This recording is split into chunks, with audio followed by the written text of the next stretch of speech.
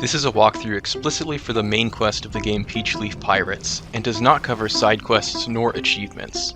Since the game has a day timer, Joe falls asleep if he stays up too late, each block of quest steps are broken up to be completed over the course of an in-game day.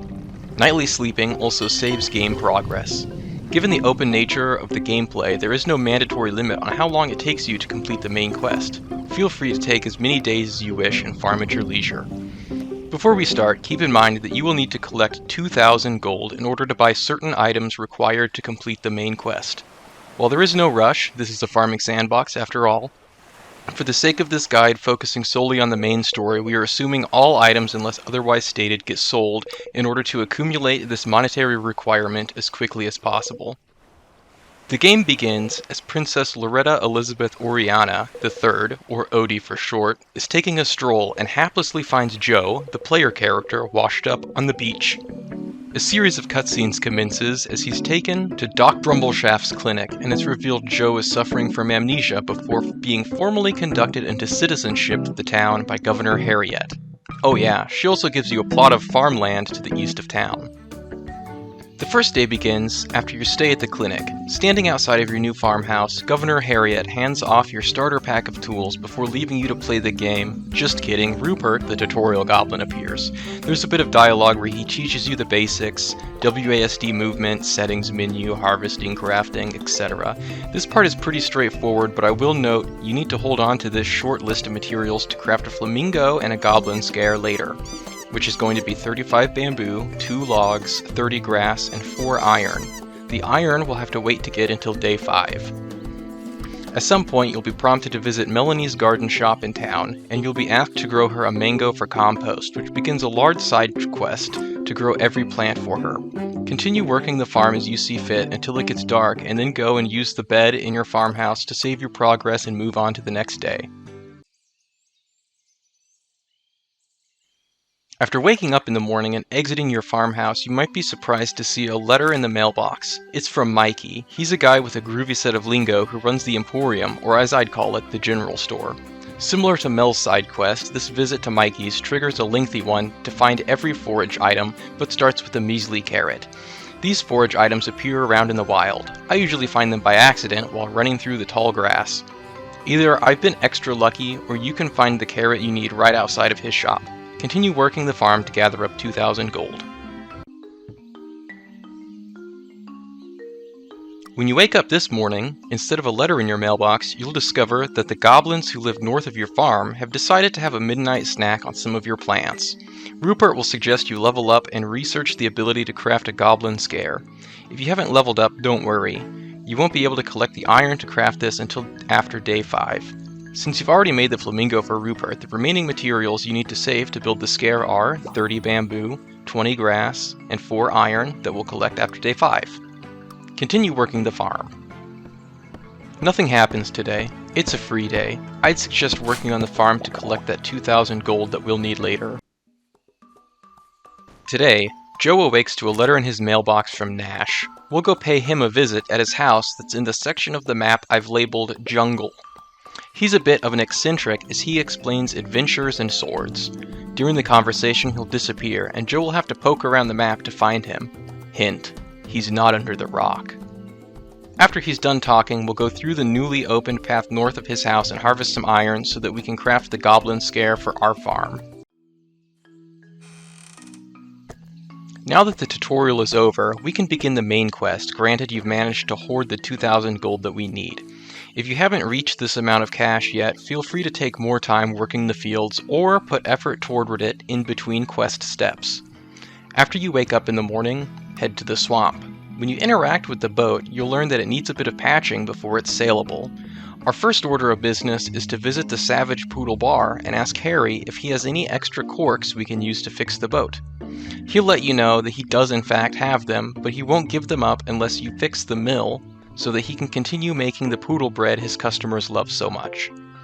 After arriving at the mill, climb to the top and interact with the hole before visiting Ed the carpenter.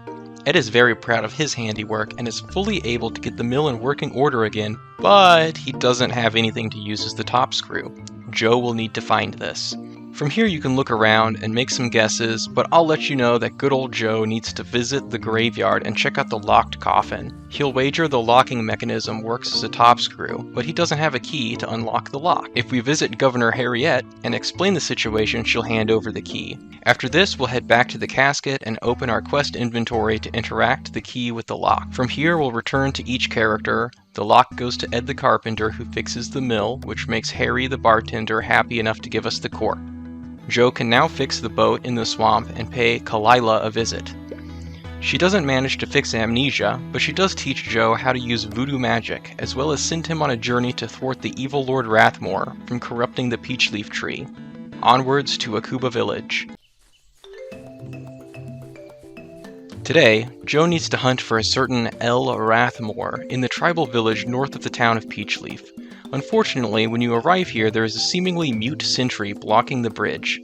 If we go to the open-air marketplace and ask the tribal merchant Steve what is up with his village, Joe finds out that it's a tourist destination, and Joe needs a day pass.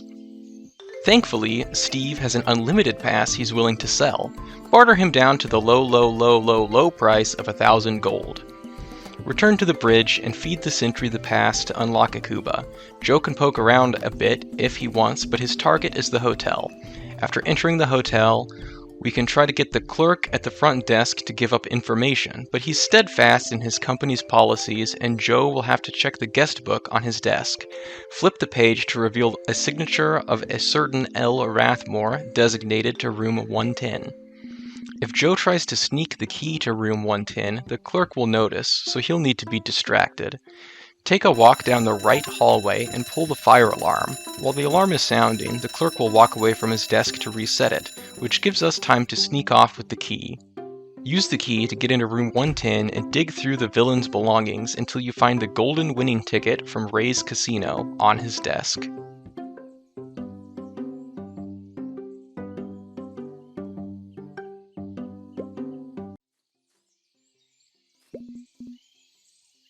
Now that we have borrowed the winning casino ticket, let's head straight north of the farm to the Goblin City to visit their gambling hall. Oh no, the bouncer won't let us into the casino unless we are an upstanding citizen of Peachleaf. Joe will take a short trip to visit Odie in the mansion. Ask her about this upstanding citizenship and she'll give a sort of vague answer that you need to help people. Exit the mansion and run these next few errands around town. First, stop at the weapons store to buy the cheapest gun available. This will spend the remaining 1,000 gold Joe has in his pockets. After purchase, make a visit to the shipyard. Joe is a bit clumsy when placed behind the keg and can accidentally spill its contents. Marco will panic and rush away to find a mop to clean up the mess. This leaves the life preserver on the wall unattended. Now let's take a stroll down to the docks to visit a chap named Felix who happens to be sitting there fishing. Joe stands behind him and plays with his pistol a bit too much. Felix will become startled and fall into the water. Now we can use the life preserver to rescue the poor man. Odie will appear and commence our crowning as an upstanding citizen for our assistance. Now that Joe bears the proper title, he's able to make his way past the casino bouncer. After you're done playing the slots, we need to use Lord Rathmore's borrowed ticket at the bar. Now we'll sit back and watch a cutscene as Ray Montgomery brings us to his office and lets us in on his secret. He's a special pie agent. Ray gives Joe explicit instructions to obtain a diving suit from Mr. Gunn, go to the lake north of Akuba Village, improvise, adapt, and overcome, and use a voodoo beacon to signal pie once Rathmore is confronted.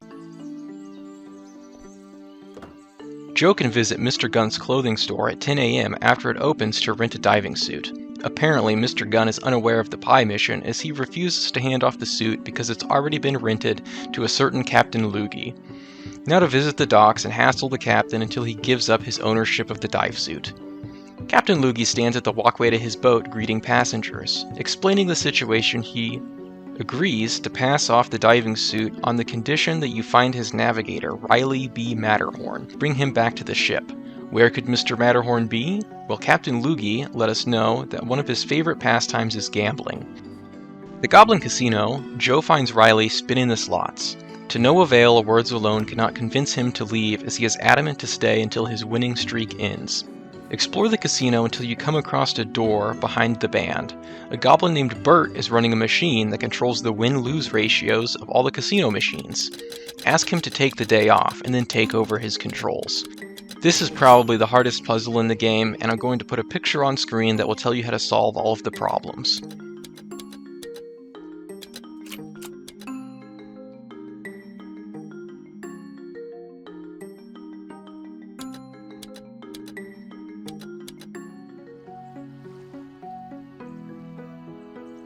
After Riley rage quits the slot machines, we can return to Captain Loogie, who gives us his rental ticket. Take the rental ticket to Mr. Gunn at the clothing store to finally get the diving suit.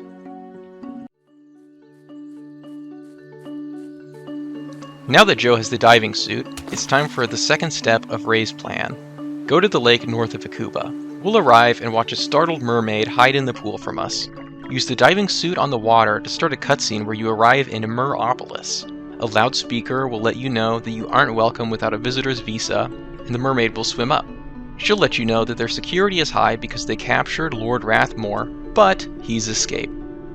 After she swims you back to the lake area, she'll pass off an item of Rathmore's that got left behind, and Joe will automatically use it with a different item of the villains that he obtained from Ray. This teleports our main character back to Akuba Village, but this time in front of the carved tiki pole that now mysteriously has a doorway. Head through the doorway and down the tunnel to interact with a raft. The raft brings us to a volcano that serves as Lord Rathmore's secret hideout. Joe turns on the beacon and pushes forward. The final confrontation with Lord Rathmore initiates as several PI agents appear to arrest him. Now, you get to watch the rest. We'll be prompted with cutscenes to set up for a DLC and or a sequel, and then watch the end credits.